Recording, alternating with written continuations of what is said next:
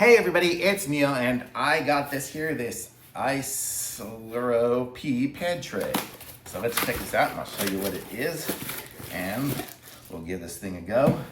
I got this because my little Penny, she's tiny, but she's been going out on the balcony and I have some artificial turf there and it reeks. So what I want to do is get rid of that whole artificial turf and just have one little area where I can put some artificial turf, but I don't want it to leak out.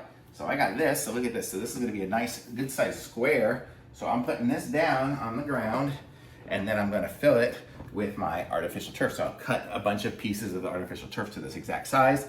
And then as she goes and gets it yucky, when it gets too gross, I can just throw it away and replace it and then use this as the container for it. So she'll be able to use that. And it looks like it's got a good sized ledge on it, so it'll keep the pea in and everything like that without coming out. And unless it gets rainy or something like that, then this area here it can come out of. And it looks like it is the size for pea pads, so if you do use pea pads instead of artificial turf or something like that, you can just put that in here instead. So I may even try to get her using those, I don't know. She's used to the artificial turf.